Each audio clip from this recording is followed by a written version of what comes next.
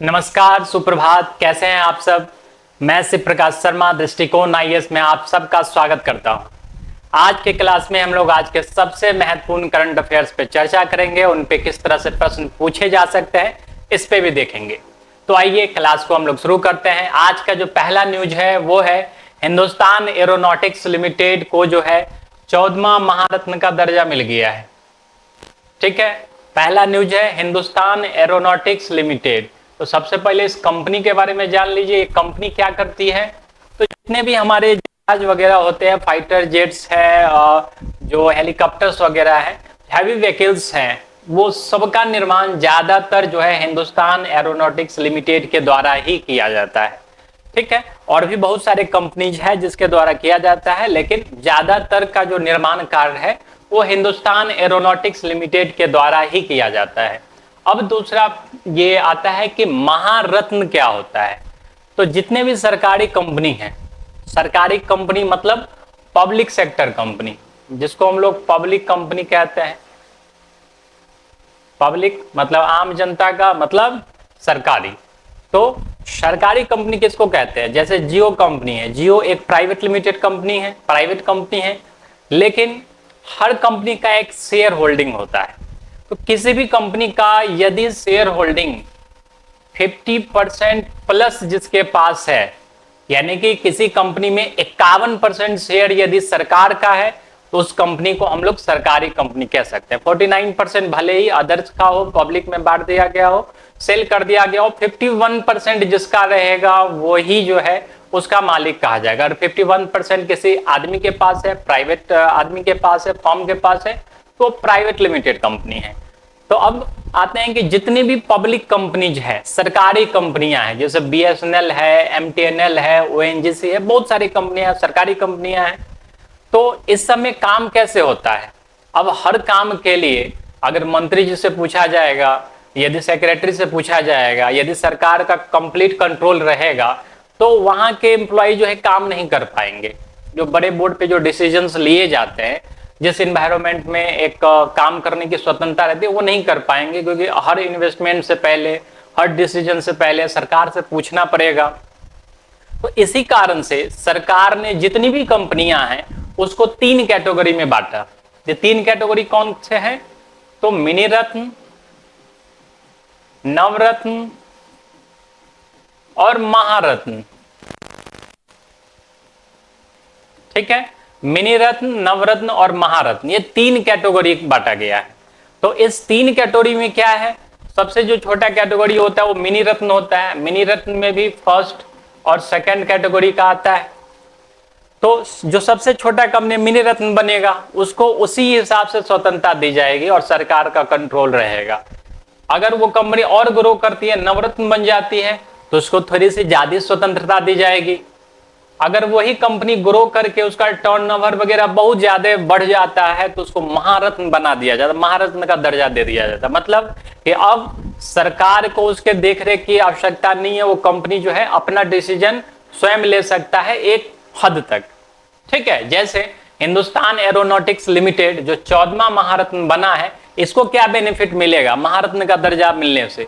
तो पहला कि ये जो है 15% नेटवर्थ का, इस कंपनी का जो वैल्यूएशन होगा उसका 15% वो कहीं पे भी इन्वेस्ट कर सकता है। कोई नया फॉर्म एक्वायर करना है या कोई प्लांट लगाना है, तो अपने कंप्लीट नेटवर्थ का 15% वो इन्वेस्ट कर सकता है।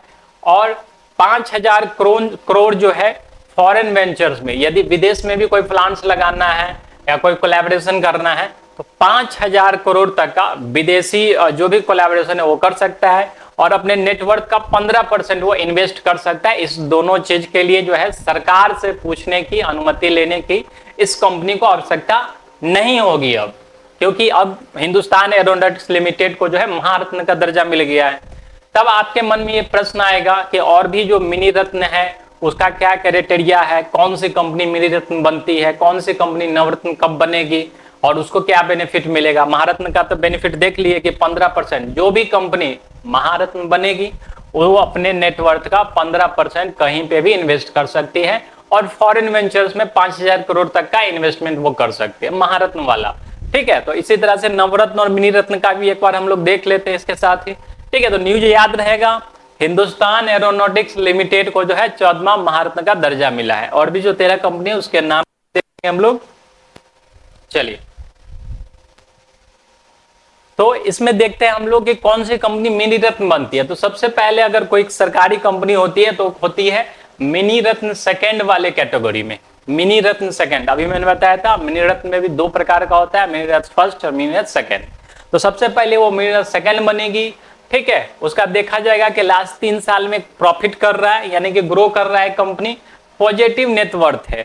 एक प्रश्न आपके दिमाग में आ गया होगा कि नेटवर्थ क्या होता है। नेटवर्थ, ठीक है, मान लेते हैं कि कोई कंपनी में 1 लाख रुपए का वो सारा एसेट वगैरह खरीद के आया, उसका जो मार्केट में 2 लाख का माल चला गया। ठीक है, 2 लाख का माल जो है उधारी में चला गया, तो 1 लाख का एसेट और 2 लाख का माल जो है मार्केट में है। तो उस कंपनी को यदि सेल किया जाएगा तो 1 लाख ये फर्नीचर्स वगैरह जो मशीनरी है वो बेच के आ जाएगा, 2 लाख मार्केट से आ जाएगा। ठीक है, और यदि कोई बैंक वगैरह का कुछ बर्डन है, लोन्स वगैरह है तो माइनस कर दीजिए। मान लेते हैं कि 50,000, एक एग्जाम्पल के थ्रू समझते हैं नेटवर्थ को। नेटवर्थ क्या होता है? ठीक है, तो किसी कंपनी में यदि 1 लाख का मशीन आ गया, ठीक है, 2 लाख का माल जो है उधारी पे दे दिया गया, मार्केट में चला गया, 1 लाख का लोन है बैंक का। ठीक है, अब इस कंपनी का नेटवर्थ क्या होगा? नेटवर्थ यानी उसका वैल्यू क्या होगा? तो एक अगर बेचा जाएगा तो 1 लाख का मशीन का 1 लाख रुपया निकल जाएगा हमारा, 2 लाख का उधारी है वो मार्केट से रिकवर हो जाएगा, 2 1 3 लाख रुपया हो गया, और लोन जो है 1 लाख है तो 1 लाख देना पड़ेगा, यानी 3 में से 1 लाख चला गया, यानी कंप्लीट जो इसका नेटवर्थ हो जाएगा, ये कंपनी जो है कितने की है? 2 लाख का। ठीक है, इस कंपनी का जो नेटवर्थ है 2 लाख का है।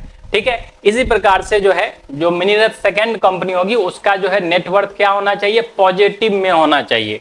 ठीक है, वो कंपनी ग्रो करते रहना चाहिए। ठीक है, बेनिफिट क्या मिलेगा?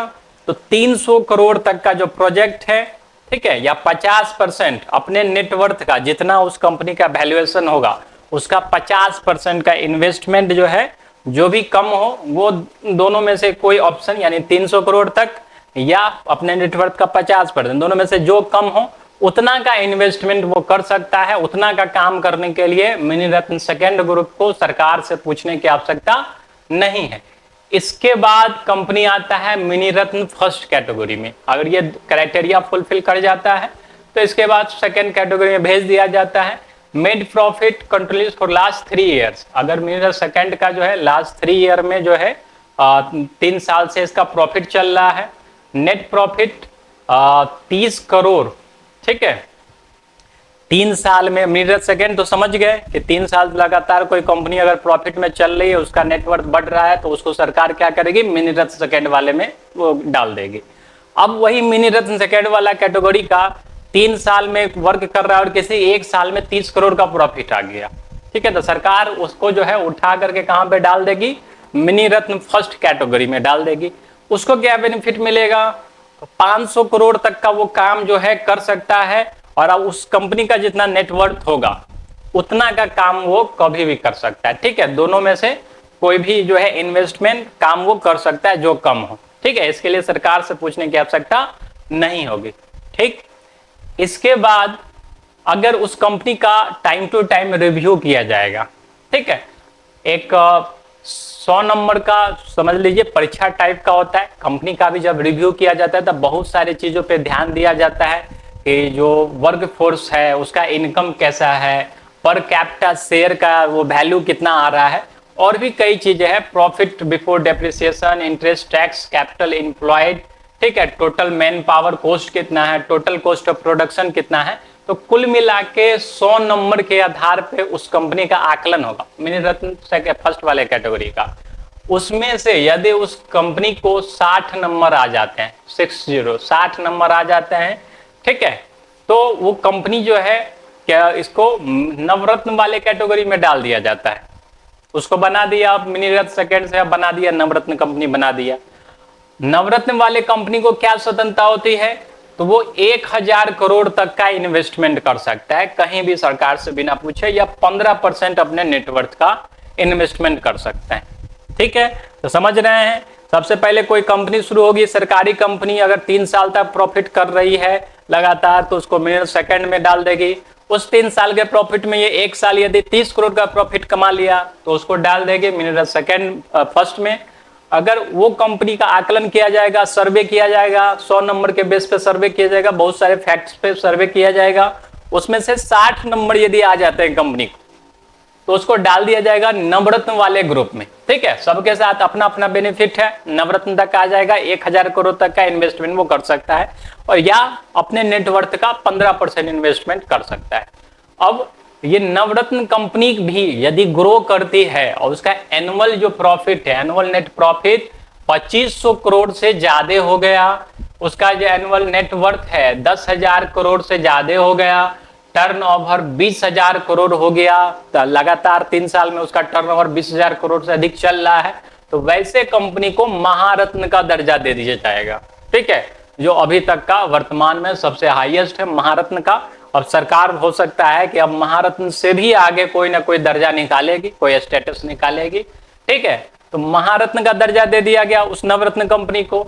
अब महारत्न का दर्जा मिलते ही, जैसे हिंदुस्तान एरोनॉटिक्स लिमिटेड को मिल चुका है, तो उसको क्या होगा, 1000 करोड़ तक का या 15% अपने नेटवर्थ का, ठीक है, या 5000 करोड़ जो है फॉरेन वगैरह का, वेंचर का, वो अपना इन्वेस्टमेंट कर सकता है। यानी टोटल नेटवर्थ का 15% वो इन्वेस्टमेंट कर सकता है, या 5000 करोड़ फॉरेन का वो इन्वेस्टमेंट कर सकता है। ठीक है, 1000 करोड़ से 5000 करोड़, यानी 2000, 3000, जो हाईएस्ट है 5000 करोड़ तक का इन्वेस्टमेंट कोई काम जो है ये महारत्न कंपनी सरकार से बिना पूछे कर सकती है। तो ये बेनिफिट मिलता है।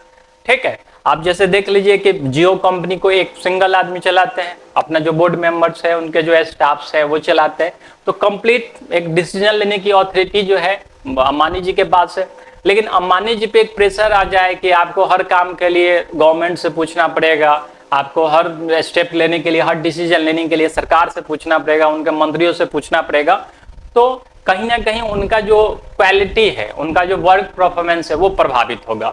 और इसी वर्क कल्चर को, एक अच्छे वर्क कल्चर को बढ़ावा देने के लिए, एक प्राइवेट वर्क कल्चर को बढ़ावा देने के लिए जो है सरकार ने ये दर्जा वाला सिस्टम लाया है कि अगर कोई कंपनी ग्रो कर रही है तो उसको और जितनी स्वतंत्रता चाहिए हम देने के लिए तैयार हैं।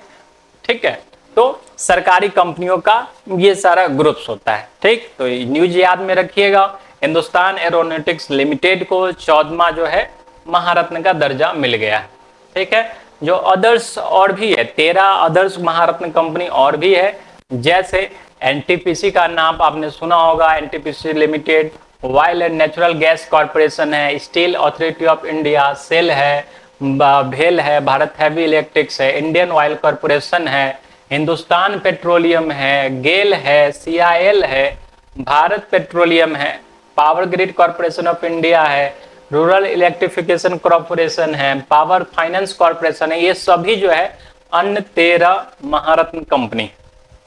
ठीक है, तो वर्तमान में देश में कुल 14 महारत्न कंपनी है। 14वां महारत्न कंपनी बना है Hindustan aeronautics limited.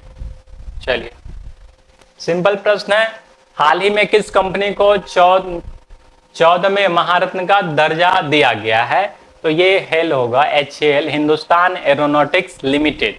Recently which company has been given 14 Maharatna status? तो HAL हो जाएगा। चलिए, नेक्स्ट न्यूज है, new missile testing range in Andhra Pradesh post CCS approval. ठीक है, आंध्र प्रदेश में जो है नया मिसाइल टेस्टिंग रेंज को जो है शुरू किया गया है। तो मिसाइल टेस्टिंग रेंज क्या होता है? तो देश में जितना भी मिसाइल्स वगैरह है उसको डेवलप करने की जिम्मेदारी जो है DRDO के पास है।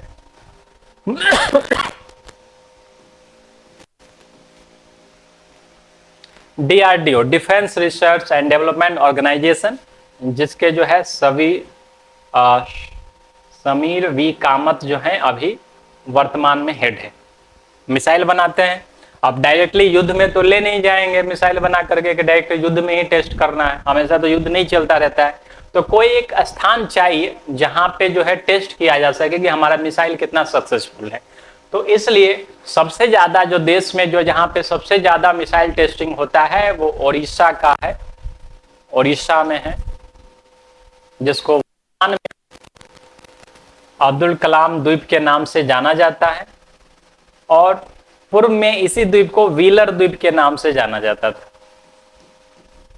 ठीक है, व्हीलर द्वीप के नाम से जाना जाता था। अभी वर्तमान में सबसे ज्यादा जो मिसाइल टेस्टिंग है, सरफेस टू एयर मिसाइल हो गया या सरफेस टू सरफेस मिसाइल हो गया, सबका टेस्टिंग जो है यहाँ उड़ीसा में होता है।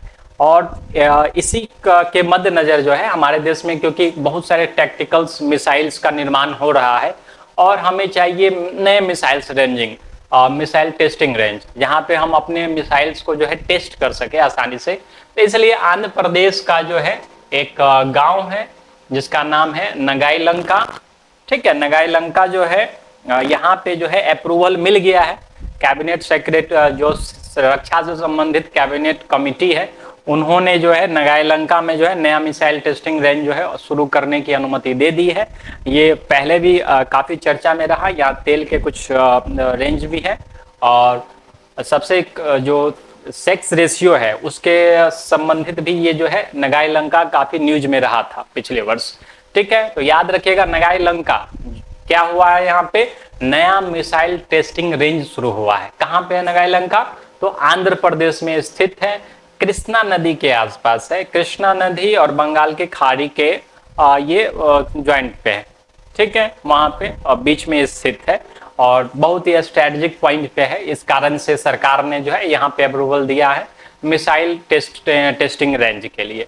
ठीक है, तो याद रहेगा, ये भी याद रखिएगा, जो अभी सबसे ज्यादा जो मिसाइल टेस्ट होता है अब्दुल कलाम द्वीप पे होता है, जो पहले व्हीलर द्वीप के नाम से जाना जाता था, उड़ीसा में स्थित है। चलिए डीआरडीओ के बारे में जानते हैं। सबीर वी कामत जो है इसके हेड है। इंडिया में जितने भी रिसर्च डेवलपमेंट है, सुरक्षा से रिलेटेड मिसाइल्स वगैरह जो भी बनाया जाता है, उन सब पे रिसर्च करने की जिम्मेदारी जो है डीआरडीओ के पास है। नेक्स्ट हम लोग बढ़ते हैं, इस पे प्रश्न देख लेते हैं थोड़ा सा। हाल ही में आंध्र प्रदेश का नगाई लंका क्यों चर्चा में रहा है? Why is Lanka of Andhra Pradesh news recently? Uranium के भंडार मिले हैं, सोने के भंडार मिले हैं, नए बंदरगाह का निर्माण हो रहा है, या नए मिसाइल टेस्टिंग रेंज जो है वहां पे शुरू किया गया है। ठीक है, याद रखिएगा, आंध्र प्रदेश में नगाई लंका गांव में जो है ये शुरू किया गया है।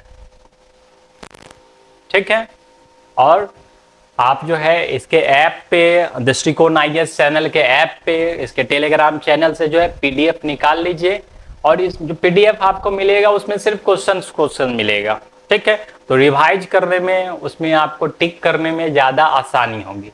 ठीक है, तो घर पे कम से कम 10 प्रश्न भी आपका डेली रेडी हो रहा है। वैसे सिर्फ 10 प्रश्न को हम लोग उठाते हैं, 10 प्रश्न 9 प्रश्न को उठाते हैं, लेकिन उस 10 प्रश्न में आपके बहुत सारे प्रश्नों का जवाब मिल जाता है। लगभग 50 क्वेश्चंस का इसमें जो है जवाब मिल जाता है। तो उस पीडीएफ को घर पे एक बार रिवाइज किया कीजिए इस लेक्चर्स के बाद, और प्रश्न उत्तर करने की प्रयास कीजिए। डेली जो है उस पर टिक मारने का प्रयास कीजिए, क्योंकि एमसीक्यू फॉर्मेट में भी रहता है, आपको रिवीजन करने में आसानी होगी। चलिए नया न्यूज, अगला न्यूज देखते हैं हम लोग। अगला न्यूज क्या है?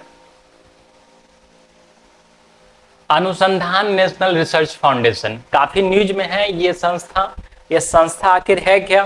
तो हम लोग के जो एजुकेशन सिस्टम है, जो शिक्षा व्यवस्था है हमारा, उसमें क्या है, तो इंडस्ट्री में कुछ डिमांड कर रहा है और हमारे यहाँ पढ़ाई कुछ जा रहा है, मतलब दोनों में कोई तालमेल ही नहीं है। ठीक है, तो अनुसंधान नेशनल रिसर्च फाउंडेशन का जो शुरुआत किया गया है वो मेनली जो ग्रेजुएट है स्टूडेंट या जो पास आउट हो चुके हैं, वो क्या करेंगे, वहां पे जाकर के रिसर्च करेंगे। देश में जितने भी टाइप का रिसर्च है वो सब एक ही स्थान पे किया जाएगा, वेदर वो इंफॉर्मेशन टेक्नोलॉजी से रिलेटेड हो, ई व्हीकल से रिलेटेड हो, या और भी कोई भी रिसर्च हो, वो सब एक ही जगह पे रिसर्च किया जाएगा। और इसलिए देश को एक रिसर्च हब में क्रिएट करने के लिए, रिसर्च के फील्ड में जो है बढ़ावा देने के लिए सरकार ने स्टेप उठाया है और अनुसंधान नेशनल रिसर्च फाउंडेशन की शुरुआत की है एक एक्ट के द्वारा। इस एक्ट का नाम है अनुसंधान नेशनल रिसर्च फाउंडेशन एक्ट 2023, और इस एक्ट के द्वारा इस संस्था की शुरुआत की गई है। ठीक है, देश में जितनी भी संस्थाएं हैं वो दो प्रकार की होती है, एक संवैधानिक और दूसरा सांविधिक। एक है संवैधानिक और दूसरा सांविधिक। ठीक है, एक है कॉन्स्टिट्यूशनल और एक है स्टैच्यूटरी। ठीक है, तो कॉन्स्टिट्यूशनल क्या हो गया, तो हमारे संविधान में बहुत सारे इंस्टीट्यूशन का जिक्र किया गया है, जैसे एक राष्ट्रपति का एक कार्यालय होगा, या फिर वित्त मंत्रालय वगैरह होगा, या फिर सुप्रीम कोर्ट होगा, या फिर जो महाधिवक्ता अटॉर्नी जनरल होगा। तो ये सब जो ऑफिसेज का क्रिएशन है वो संविधान के अकॉर्डिंग होता है, संविधान ने इसकी इजाजत दी हुई है, संविधान में सारा उसका पावर्स वगैरह लिखा हुआ है। लेकिन हमको टाइम टू टाइम भी बहुत से ऐसे संस्थान के निर्माण की आवश्यकता पड़ती है जो देश के लिए जरूरी होता है। ठीक है, जैसे नीति आयोग वगैरह, योजना आयोग वगैरह, जैसे ये अनुसंधान नेशनल रिसर्च फाउंडेशन। तो ये सभी जो है जब हम कोई एक्ट बना करके किसी नए संस्था का निर्माण करते हैं तो सब जो है सांविधिक निकाय कहलाता है, स्टैच्यूटरी बॉडी कहलाता है। और जिस संस्था का उल्लेख संविधान में दिया गया है वो सब जो है संवैधानिक संस्था कहलाता है। ठीक है, चलिए, तो इसके बारे में समझ गए। जितने देश में जितने भी रिसर्च है वो सब एक ही जगह करने के लिए अनुसंधान नेशनल रिसर्च फाउंडेशन जो है 2023 के एक्ट द्वारा जो है पास किया गया, इसकी स्थापना की गई। और इसका जो फर्स्ट चेयर हुआ उसमें दो जो है ये निकाले गए, दो प्रोग्राम्स निकाले गए। ये दो प्रोग्राम्स हैं, ये जो दो प्रोग्राम्स है, पहला प्रोग्राम है prime minister early career research grant, early career research grant, और दूसरा है first mission for advancement in high impact areas, EV mission. ठीक है, पहला जो है जो पास आउट है उसके लिए जो क्राइटेरिया वगैरह दिया गया है, पीएचडी होना चाहिए, और भी आप जिस क्षेत्र में जा रहे हैं उसके अकॉर्डिंग जो है उसका योग्यता होना चाहिए, और अपना रिसर्च वहां पे जाकर के कर सकते हैं। उसके लिए जो अमाउंट वगैरह है, जो फाइनेंशियल सपोर्ट है, वो सरकार की तरफ से प्रोवाइड किया जाएगा। तो यह है प्रधानमंत्री अर्ली कैरियर रिसर्च ग्रांट में। और ईवी को लेकर के, ईवी बैटरी वगैरह या ईवी व्हीकल्स वगैरह, जो हाई क्वालिटी जो है ईवी का निर्माण हो हमारे देश में, और इंडिजिनियस टेक्नोलॉजी से हो, स्वदेशी टेक्नोलॉजी के द्वारा हो, इस क्षेत्र में बढ़ावा देने के लिए जो है महा ईवी मिशन का जो है शुरुआत किया गया। पहला मिशन है जो कंप्लीटली फोकस्ड है ईवी पे। तो यदि आपका क्वालिफिकेशन इस हिसाब से है तो यहाँ पे जाके आप रिसर्च कर सकते हैं इस बारे में। सरकार की तरफ से जो फाइनेंशियल सपोर्ट्स होती हैं रिसर्च के लिए वो आपको प्रोवाइड की जाएगी। आज के टाइम में अमेरिका, इजराइल, ये सब देश इसलिए आगे है क्योंकि यहाँ पे रिसर्च पे ज्यादा पैसा लगाया जाता है। जो साइंटिस्ट है, जो रिसर्च करना चाहते हैं, जो उस क्षेत्र में काम करना चाहते हैं, उसको प्रमोट किया जाता है। ठीक है, हमारे देश में ये नया कल्चर शुरू किया गया है, और ये भविष्य में जो है इसका जो फल, इसका जो बेनिफिट है वो निश्चित हम लोग को मिलेगा। चलिए, अनुसंधान नेशनल रिसर्च फाउंडेशन किस मंत्रालय के अधीन काम करता है? तो ये जो है विज्ञान एवं प्रौद्योगिकी मंत्रालय के अधीन जो है ये काम करता है। साइंस एंड टेक्नोलॉजी मिनिस्ट्री के अंतर्गत काम करता है। कल के न्यूज में हम लोगों ने बताया था साइंस एंड टेक्नोलॉजी मिनिस्टर कौन है, तो जल्दी से जो है आप कमेंट करके उसमें बताइए कि अभी वर्तमान में साइंस एंड टेक्नोलॉजी मिनिस्टर कौन है। चलिए नेक्स्ट न्यूज की तरफ हम लोग देखते हैं। नेक्स्ट न्यूज है रातापानी वाइल्ड लाइफ सेंचुरी के बारे में। ठीक है, may become 8 tiger reserve of MP. Madhya Pradesh का 8वां बाघ अब टाइगर रिजर्व बनने के लिए जा रहा है, रातापानी वाइल्ड लाइफ सेंचुरी। ठीक है, ये मध्य प्रदेश में स्थित है, मध्य प्रदेश में स्थित है। ठीक है, रातापानी वाइल्ड लाइफ सेंचुरी जो है इसमें बाघ अभ्यारण्य घोषित होने के लिए जा रहा है। अभी इसका अप्रूवल जो है स्टेट से मिल गया और ये सेंट्रल गवर्नमेंट के पास गया है अप्रूवल के लिए। वैसे जो नेशनल टाइगर कंजर्वेटर अथॉरिटी है उसने 2011 में ही इसको ओके कर दिया था कि इसको जो है आप टाइगर रिजर्व के रूप में घोषित कर सकते हैं। 2011 में ही इसको घोषित कर दिया गया था। तो वो अब जो है सेंट्रल गवर्नमेंट के पास गया है और सेंट्रल गवर्नमेंट के पास होते ही जो है रातापानी 8वां टाइगर रिजर्व होगा मध्य प्रदेश का। तो मध्य प्रदेश में और कौन से 7 टाइगर रिजर्व हैं वर्तमान में? तो ये है बांधवगढ़, कान्हा टाइगर रिजर्व, पन्ना, पेंच, संजय दुबरी, सतपुरा, वीरगाना और दुर्गावती। ठीक है, ये 7 जो है टाइगर रिजर्व ऑलरेडी मौजूद है एमपी में, मध्य प्रदेश में। और रातापानी जो है 8वां टाइगर रिजर्व बनने के लिए जा रहा है। अब जो रातापानी है वो काफी ज्यादा इंपॉर्टेंट है। 2022 में सेंसस करवाया गया था, इसमें लगभग 70 लियोपार्ड है।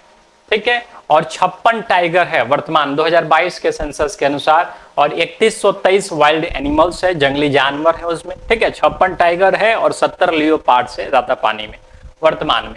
ठीक है, तो याद रखेंगे रातापानी वाइल्ड लाइफ सेंचुरी जो है मध्य प्रदेश में है। इसके साथ ही ये जो 7 अदर्स है इसके भी नाम याद रखेंगे हम लोग। चलिए, रातापानी टाइगर रिजर्व किस राज्य में है? ठीक है, तो नाम याद रखिएगा, यह मध्य प्रदेश में स्थित है। Ratapani tiger reserve in which state? Madhya Pradesh में हो जाएगा। ठीक है, नेक्स्ट आते हैं हम लोग।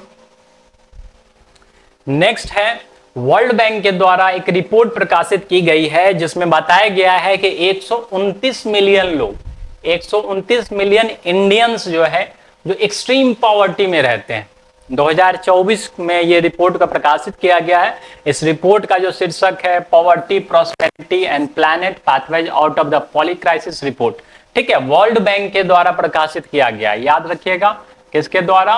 वर्ल्ड बैंक के द्वारा ये रिपोर्ट प्रकाशित किया गया है। ठीक है, तो वर्ल्ड बैंक का अपना क्राइटेरिया होता है पॉवर्टी को एक्सप्लेन करने का कि कौन से लोग पॉवर्टी में हैं। ठीक है, उनके अनुसार जो है 129 मिलियन जो इंडियंस है वो 181 रुपये से जो है कम खर्च कर रहे हैं प्रतिदिन का। ठीक है, उनका अपना क्राइटेरिया है वर्ल्ड बैंक का। ठीक है, उनका अपना जो है सर्वे वगैरह करवाया गया, हाउस होल्ड पे सर्वे करवाया गया 2022-23 में। ये सर्वे किया गया था हाउस होल्ड पे, और उसके हिसाब से वर्ल्ड बैंक में अपना डाटा प्रस्तुत किया है। ठीक है, वर्ल्ड बैंक के बारे में थोड़ा सा हम लोग बात कर ले तो वर्ल्ड बैंक का स्थापना जो है जुलाई 1944 में हुआ था ब्रेटन वुड्स सम्मेलन में। ठीक है, जो वर्तमान में प्रेसिडेंट है अजय बांगा है, जो भारतीय मूल के ही। हेडक्वार्टर वर्तमान में वाशिंगटन डीसी में है। वर्ल्ड बैंक और आईएमएफ इसको जो है ट्विन सिस्टर्स कहा जाता है, क्योंकि दोनों का जो फाउंडेशन है वो यहीं पे ब्रेटन वुड कॉन्फ्रेंस में ही किया गया था। ठीक है, याद रखना है, अजय बांगा जो है वर्तमान में प्रेसिडेंट है वर्ल्ड बैंक के। चलिए, poverty, prosperity and planet report 2024 pathways out of polycrisis शीर्षक रिपोर्ट किसने प्रकाशित की है? तो ये वर्ल्ड बैंक का रिपोर्ट है। कई बार एग्जाम में ये प्रश्न पूछा जाता है कि ये रिपोर्ट जो है किस हिसाब से कौन प्रकाशित करता है, कौन सी संस्था प्रकाशित करती है। ठीक है, चलिए नेक्स्ट न्यूज की तरफ हम लोग बढ़ते हैं। नेक्स्ट न्यूज है, India foreign exchange reserve surges $700 billion. ठीक है, $700 बिलियन से ज्यादा का फॉरेन रिजर्व आज के टाइम में भारत के पास हो गया है, और ऐसा करने वाला दुनिया का चौथा देश है। वर्ल्ड में 4th कंट्री है जिसका जो फॉरेन रिजर्व है, विदेशी भंडार जो है वो $700 बिलियन से ज्यादा हो गया है। अब कहिएगा ये विदेशी जो फॉरेन रिजर्व है ये क्या होता है? फॉरेन एक्सचेंज रिजर्व क्या होता है? तो देखिए, आज के टाइम में दुनिया का हर देश एक दूसरे पे डिपेंडेंट है। कोई देश ये नहीं कह सकता कि हम जो है सब सेल्फ सफिशिएंट है, हमारे यहाँ सब कुछ होता है। भारत भी डिपेंडेंट है ऑयल्स के लिए और भी चीजों के लिए। जींस के ही ब्रांड है, कपड़े के ही बहुत सारे ब्रांड है जो अमेरिका वगैरह से आते हैं। तेल वगैरह जो है दुबई इससे आता है, और जो तेल उत्पादक कंट्री है वहां से आता है। तो इंडिया भी काफी चीजों के लिए डिपेंडेंट्स है। अब क्या है, तो बहुत सारी कंट्री कहती है कि सब जगह तो रुपया तो चलेगा नहीं। जैसे अमेरिका में हम ट्रांजैक्शन कर रहे हैं, अमेरिका के साथ बिजनेस कर रहे हैं, तो अमेरिका को चाहिए डॉलर। तो डॉलर के लिए भारत के पास तो डॉलर होना चाहिए वो खरीदने के लिए। ठीक है, अब जैसे कि हम रसिया से तेल खरीद लिए, तो रसिया तो खैर फ्रेंड है, वो कहता है कि आप जो है रुपीज में दे दो, हम जो है अपने मुद्रा में आपको दे देंगे। लेकिन मान लेते हैं कि हम जो अरब कंट्री से तेल खरीद रहे हैं, ठीक है, कतर से तेल खरीद रहे हैं, ईरान से तेल खरीद रहे हैं, और ये लोग भी जो है डॉलर्स का डिमांड करते हैं। ईरान में से नहीं करते हैं, बहुत सारी कंट्रीज हैं तेल उत्पादक कंट्री भी जो डॉलर्स की डिमांड करते हैं। तो भारत के पास डॉलर रहेगा तब तो वो दे पाएगा और तब तेल खरीद पाएगा। बिना तेल के भारत की अर्थव्यवस्था चलेगी ही नहीं। ठीक है। तो हम तेल के लिए यानी कि जो एनर्जी सिक्योरिटी है उसके लिए अभी वर्तमान में डिपेंडेंट है, और यही कारण है कि वर्तमान जो सरकार है वो इलेक्ट्रिक जो रिन्यूएबल एनर्जी है उस पर काफी फोकस कर रही है। जैसे सोलर एनर्जी हो गया, विंड एनर्जी हो गया, इलेक्ट्रिक व्हीकल्स हो गया, इस सब पे फोकस करने का मेन रीजन यही है कि हमको अपना डिपेंडेंसी जो है उन कंट्रीज से हटाना है, वेस्टर्न कंट्रीज से हटाना है। ठीक है। तो कहने का मतलब कि भारत के पास यदि विदेशी मुद्रा ना हो तो क्या होगा वैसी स्थिति में, कि हम अमेरिका से जो चीज परचेज करना चाहते हैं वो परचेज नहीं कर पाएंगे, और जैसे तेल खरीदना चाहते हैं कतर वगैरह से नहीं खरीद पाएंगे। बिना तेल के यहाँ का प्राइस काफी ऊपर हो जाएगा, जो ट्रांसपोर्टेशन नहीं होगा, चीजें काफी महंगी हो जाएगी। ठीक है। तो एक भयावह स्थिति हो सकता है। ठीक है। आज के टाइम में 100 रुपये के आसपास जो बिक रहा है पेट्रोल वगैरह, वो कल 500 1000 रुपये लीटर भी बिक सकता है, अगर ना हमारे पास खरीदने के लिए पैसा ना रहा उस हिसाब से तो। ठीक है। तो इसलिए भारत के पास विदेशी मुद्रा रहना जरूरी है, विदेशी मुद्रा भंडार रहना जरूरी है। और इस जो वर्तमान का जो सिचुएशन है उसमें हमारे पास $700 बिलियन से अधिक का भंडार जमा हो चुका है। ठीक है। तो ऐसा करने वाला भारत चौथा देश है। तो बाकी के 3 देश कौन है? China, Japan, Switzerland. ये 3 देश ऐसे हैं जिसका विदेशी मुद्रा भंडार जो है $700 बिलियन से ज्यादा का है। तो क्यों जरूरी है ये समझ गए। विदेशी मुद्रा नहीं रहेगा तो हम विदेश से जो सामान मंगवा रहे हैं वो नहीं मंगवा पाएंगे। जरूरी नहीं कि वो हमसे रुपया में ही ले, वो सोना डिमांड करेगा, तो सोना का भी हमारे पास जो है लिमिटेड रिसोर्स है। ठीक है। सोना का भी रिजर्व जो है इंक्रीज हो गया है, gold reserve increase by $2.8 billion. ठीक है। $2.18 बिलियन का जो है गोल्ड इंक्रीज हो गया है, और $10.46 बिलियन जो है फॉरेन करेंसी जो है इंक्रीज हो गई है। ठीक है। फॉरेन करेंसी में ज्यादातर डॉलर्स है, जैसे जापान से मंगाते हैं कुछ भी तो येन वगैरह में हमको पेमेंट करना पड़ता है। ठीक है। तो हमारे पास फॉरेन करेंसी और गोल्ड सबको मिला के हमारे पास जो फॉरेन रिजर्व है वो $700 बिलियन से ज्यादा का है। तो अगर मान लेते हैं कि महीने 2 महीने साल भर हमारे पास फॉरेन करेंसी नहीं आती है, फिर भी हमारे पास जो सेल्फ सफिशिएंसी है कि हम विदेशों से जो है सामान परचेज कर सके।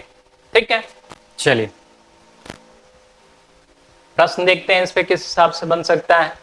हाल ही में $700 बिलियन से ज्यादा का विदेशी भंडार रखने वाला चौथा देश कौन सा है? तो चौथा देश भारत ही है। ठीक है। बाद बाकी 3 देशों के नाम भी आप देख चुके हैं, याद रखिएगा उन 3 देशों के नाम भी। चलिए नया अगला न्यूज है, India launches first indigenous multipurpose vessel समर्थक। ठीक है। लॉन्च किया गया है समर्थक जहाज को। ये मल्टीपर्पस वेसल्स है, मल्टीपर्पस जहाज है जिसका नाम रखा गया है समर्थक। और ये क्या है? इंडिजिनस टेक्नोलॉजी से बना है, यानी कि कंप्लीटली स्वदेशी टेक्नोलॉजी से बना हुआ है। पहला एमपीवी है, पहला मल्टीपर्पस वेसल्स है। ठीक है। समर्थक जो नाम है, समर्थक का मतलब क्या होता है? सपोर्टर, यानी इसकी सपोर्ट करना किसी चीज को। तो सपोर्ट किस में करेगा ये? तो इसका जो खास करके इसको जो बनाया गया है इस जहाज को, ये ट्रेनिंग वगैरह या कोई एक्सरसाइज होगा। अगर कोई जहाज फंस जाता है पानी में तो उसको टो करने के लिए, उसको खींच के लाने के लिए, या फिर अपना जो भी सामान वगैरह है वो दूसरे शिप तक पहुंचाने के लिए, या जो ट्रेनिंग वगैरह दिया जाता है, एक्सरसाइज वगैरह किया जाता है, उस समय पार्टिसिपेट करने के लिए जो हमारे टैक्टिकल्स वेपन्स हैं। ठीक है। टैक्टिकल्स वेपन्स क्या होते हैं इस पे डिटेल्स में हम लोग चर्चा करेंगे। ठीक है। उस सब को कैरी करने के लिए, फूड पहुंचाने के लिए, जो एमिनिशन उसको पहुंचाने के लिए, मतलब ये कंप्लीटली मल्टीपर्पस है। ठीक है। और ऐसे मल्टीपर्पस जहाज की हम लोग को काफी आवश्यकता है। तो इस कंप्लीटली जो है स्वदेशी तकनीक से बना हुआ है, जो शो करता है कि भारत आत्मनिर्भर भारत की ओर बढ़ रहा है। मेक इन इंडिया प्रोग्राम जो है कंप्लीटली सक्सेसफुल है। मेक इन इंडिया प्रोग्राम के आने के बाद हम लोगों ने बहुत सारी चीजें बनाई हैं, और वो अपने तकनीक से, स्वदेशी टेक्नोलॉजी से बनाई है।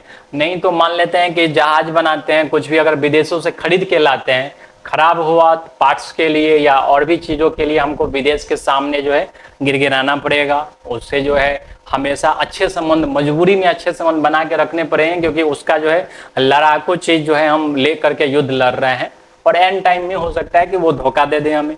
इसलिए हम लोग जो है वार से संबंधित जो है सारी चीजें वो कंप्लीटली हम लोग वो जो है आत्मनिर्भर उस दिशा में बनने का प्रयास कर रहे हैं और निश्चित है कि काफी सक्सेस मिली है। ठीक है, तो समर्थक है, सपोर्टर है, इसका नाम। लेंथ है 106 मीटर का, चौड़ाई है 16.8 मीटर का और 15 नॉट्स की स्पीड से जो है ये चलता है। ठीक, चलिए हाल ही में समाचार पत्रों में देखे जाने वाला समर्थक क्या है? मिसाइल है, जहाज है, मिशन है? कोई नहीं है। तो ये क्या है? एक जहाज है, एक वेसल है। ठीक है, चलिए नेक्स्ट न्यूज है IOCL Indian oil corporation limited और नेपाल ऑयल जो है, नेपाल ऑयल जो कंपनी है वो पार्टनर किया है पाइपलाइन कंस्ट्रक्शन के लिए। यानी कि नेपाल में जो एनर्जी की आवश्यकता है, भारत उसको पूरा करने में लगा हुआ है। नेपाल का, किसी भी देश का सबसे इंपॉर्टेंट चीज होता है एनर्जी। एनर्जी आप पढ़ पा रहे हैं क्योंकि आपका मोबाइल चल रहा है। मोबाइल क्यों चल रहा है? तो वो चार्ज हो रहा है। अगर इलेक्ट्रिसिटी ना आए तो आपका ना मोबाइल चार्ज होगा, ना कम्युनिकेशन हो पाएगा। तो ये बिजली जरूरी है। अब बिजली के लिए क्या है, वो जिस प्रकार से जनरेट हो रहा है, आप जो मोबाइल खरीदते हैं या कुछ खाद्य पदार्थ खरीदते हैं, वो कहीं दूसरे जगह से आ रहा है ट्रांसपोर्ट होके। अब उस ट्रांसपोर्टेशन के लिए क्या है, तो तेल जरूरी है। अगर वो तेल ही ना रहे तो आपको वो खाद्य पदार्थ मिलेगा ही नहीं। इलेक्ट्रिसिटी ना रहे तो आपका कोई भी टेक्नोलॉजी काम नहीं करेगा। तो भारत जो है नेपाल की ऊर्जा आवश्यकताओं को पूरा करने में लगा हुआ है। नेपाल इंडिया और चाइना के बीच एक महत्वपूर्ण देश है और हम लोग को जो है अपने सभी पड़ोसियों के साथ अच्छे संबंध रखने चाहिए।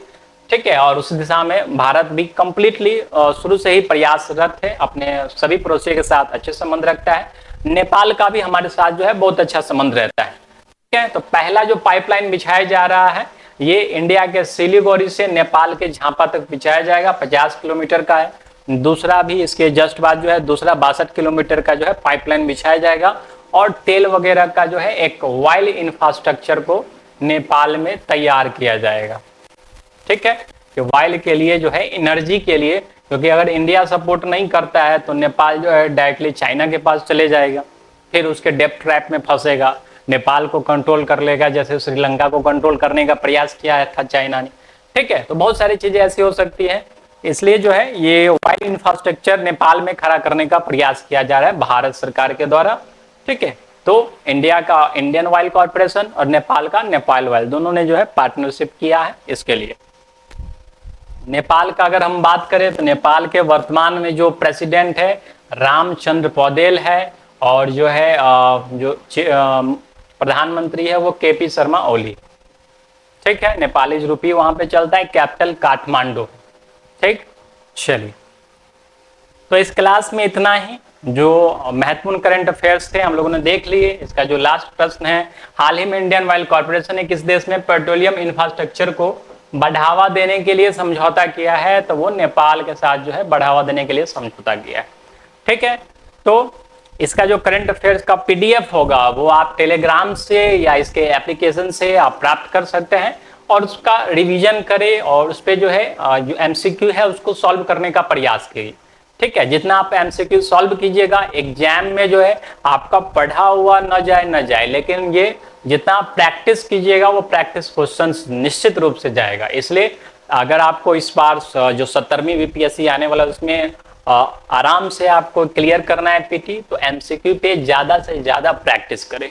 ठीक है, नेक्स्ट वीडियो में हम लोग नेक्स्ट क्लास में नेक्स्ट करंट अफेयर्स के साथ मिलेंगे। तब तक के लिए धन्यवाद।